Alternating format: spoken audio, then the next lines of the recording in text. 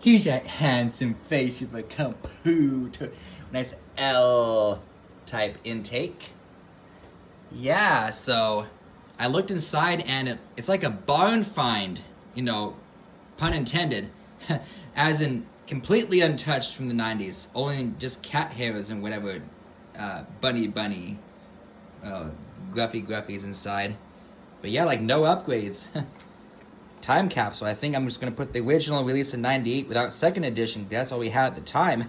Maybe like a dual boot of NT 4.0 also. So yeah, guys aren't familiar. Smoke test is seeing if it still runs, and without really, you know, testing the hardware really beyond that.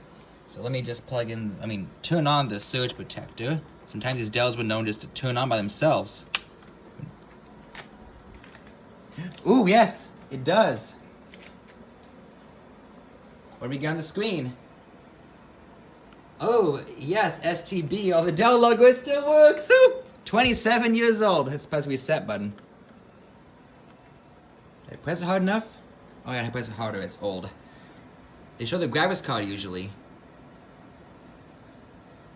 STB NVIDIA ZXV 8 megabytes. Oh, not too bad. That's got you going for some games. Yeah. $3,000 Dell and it's 27. Yep, 3,000. It was top of the line. Yes, it came off because I heard it came from like a well-off family. I think like elderly couple. I didn't really. I'm assuming because it's old, you know. No offense. I guessed right. Yes, a machine this expensive comes with the bucket loader RAM for the era, 128. That could run Windows 2000. How it is, it could run Windows 2000 comfortably.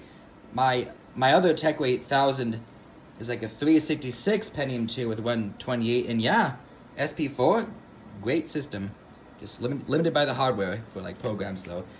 All right, good old trackball mouse. I guess it went past the screen. Maybe I went across a key or something. I don't know. No room. Alright, what's complaining about the CMOS? Well, no crap, you know, it only lasts about a few years, they do. So STB made NVIDIA cards. I thought it was like a STB Velocity, what we call it, cards. Alright, I think go to escape. No, delete enter setup, okay. Alright, doesn't like being tapped while it's working, okay. Stubborn little fellow. Da-da-da. And he said it. And the floppy still seeks. Huh. I don't get it. It's just gonna hang there or something? Oh, does the drive still work?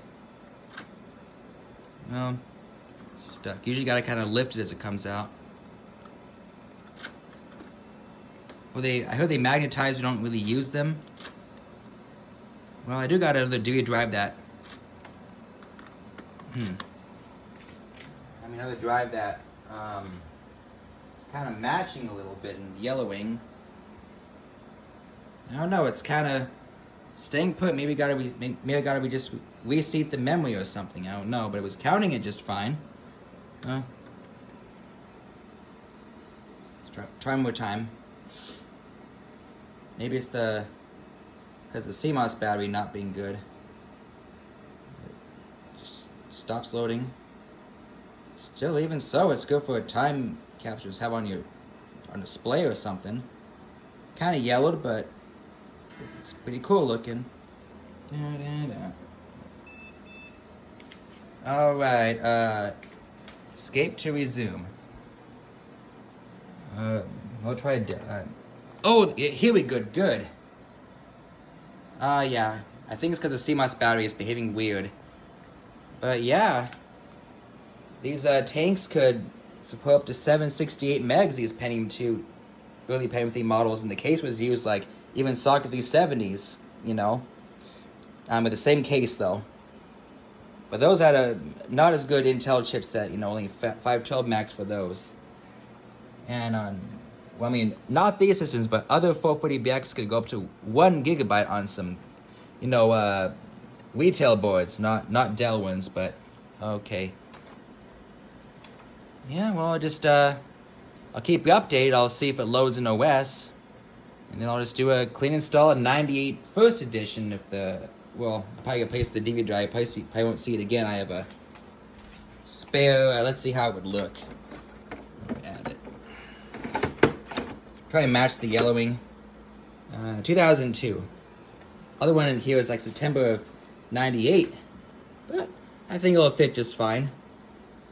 If I can't get open with like a paper clip, I'll keep you updated. All right. Bye.